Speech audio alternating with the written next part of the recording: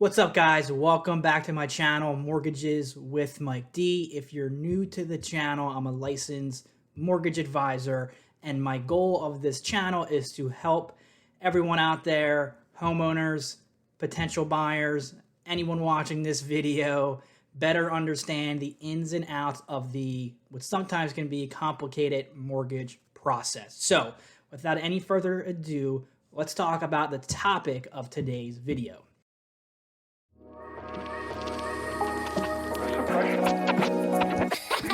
We're going to be talking about why you must prioritize getting a pre-approval letter before you even think about start looking at houses. Okay. Now, before we get into understanding why this is so important, let's explain what a pre-approval actually is. A mortgage pre-approval is basically when a lender does a preliminary underwrite and evaluation of you, the consumer, to determine not only how much you can afford, but what products you may or may not be eligible for. Specifically speaking, you're going to learn approximately how much you can borrow.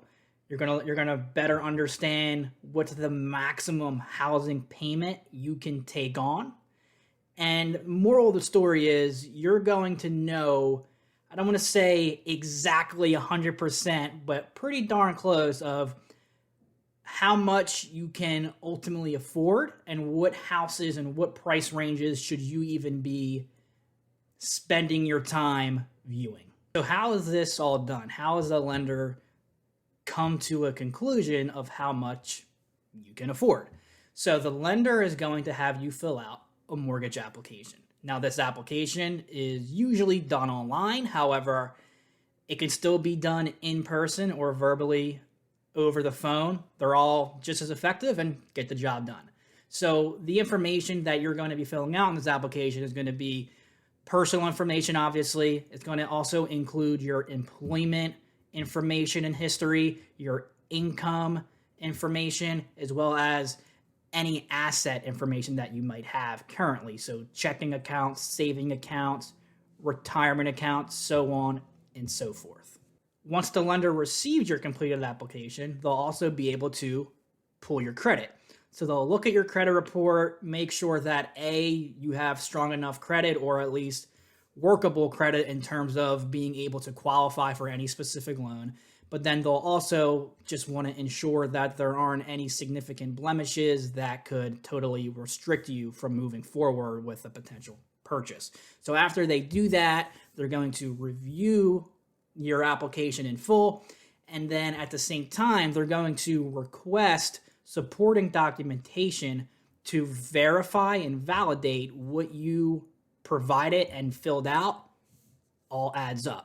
So some things that you're going to need to provide are 2 years W-2s, pay stubs, bank statements, retirement account statements, driver's license, so on and so forth. I actually have a link down in the description which is going to take you to a document checklist on my website. It will give you a much better idea of what you should have ready and prepared. So when you're thinking about pursuing home ownership, you'll already know what to have ready and you'll be at an advantage. So now that the lender has reviewed your application, verified and validated everything you filled out based off the documentation that you provided, there's no red flags or anything that is a cause for concern. They can now officially generate this physical pre-approval letter, basically stating that you can afford a house up until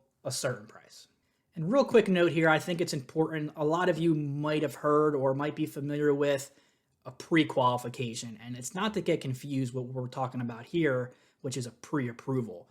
Now, these are technically different. They're not the same thing. A pre-qualification is basically a casual conversation that you might have with a lender, and you're just telling them basic information about yourself. Maybe you don't want them to have your credit checked. Maybe you don't want to provide information or certain documentation. You just want to get a general idea of what you can afford. So you might say things like, I have pretty good credit. I think, 700 or above.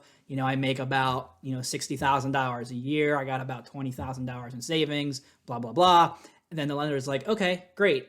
Based off of that information, you can, likely afford a house up until this amount and, or a housing payment of this much per month. Now, it might be useful just as a gauge for yourself, but don't get it confused with a pre-approval. A pre-approval is much more official and legitimate. When you're serious about buying a house, you're really going to want to make sure you have this. So, begs the question, why should you get a pre-approval first? Why shouldn't I go start just looking at homes and I'll get the pre-approval once I find a house? The reason why you want to get a pre-approval first, there's a couple reasons actually. One is it's going to give you the confidence and peace of mind up front because you already did the due diligence in speaking with the lender. They validated your information and they told you you can afford this much. So now you're searching with confidence. You know exactly where you should be looking and how much of a housing payment you can afford.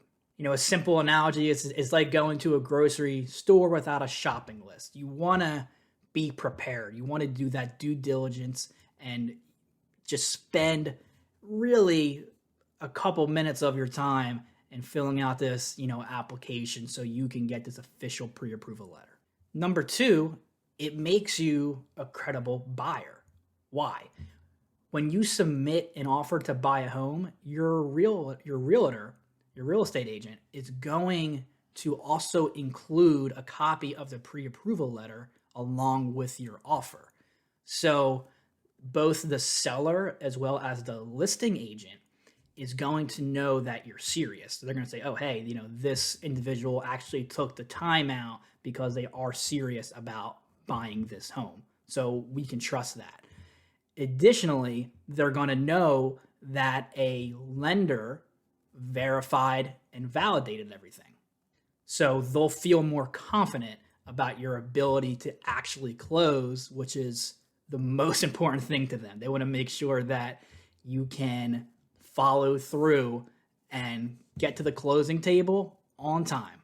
Lastly, and number three is speed. Since you already filled out an application, provided all your information and supporting documentation, once you find that house and get it under contract, you'll basically be ready to begin the underwriting process. So you can essentially start day one. You might have to provide some updated information, but it's sure better than starting from square one and having to gather everything, and you might lose a day or even a couple of days depending on how long it takes you to get all of this documentation.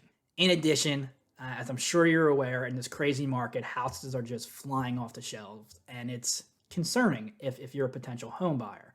So it's more important now than ever not to waste any time.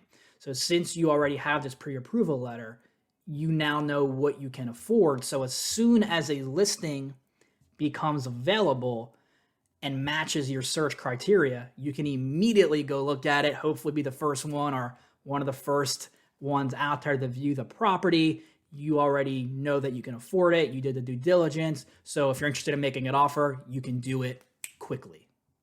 Now, if you didn't do this, you might have been looking at houses that are out of your price range. So you're wasting time looking at houses that you can't qualify for. Meanwhile, there could have been other homes that were on the market that you might have loved that are in your price range, but they're now gone because houses are selling so quickly, and you were allocating your time looking at houses that weren't in your price point.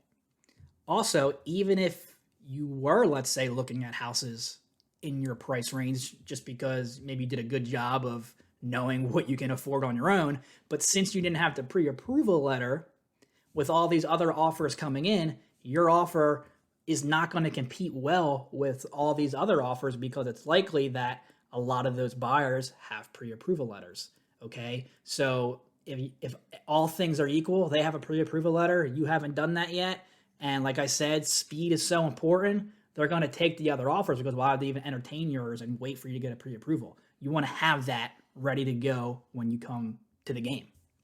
Finally, when working with a good lender, they should be working closely with your real estate agent when structuring the pre-approval, just so everyone's on the same page.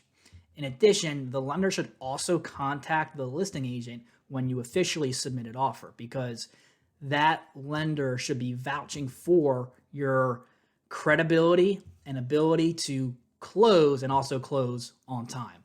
For example, you might be putting 5% down instead of 20% down, and a common misperception is, well, this person with 20% down is more financially worthy. But if your lender is calling them and saying, hey, I validated and verified all their assets, they have enough money to put 20% down, it just doesn't make sense for them right now. Maybe because rates are so low, or maybe because they want to do certain repairs around the house. Maybe they're having a baby. Maybe they want to build their emergency fund, so on and so forth. The point is, you want the lender to add context instead of just the listing agent just reading a pre-approval that someone online just sent them. You want that personal touch, so they know that you have a team around you that is going to make sure that you have their full support and you're going to close on time.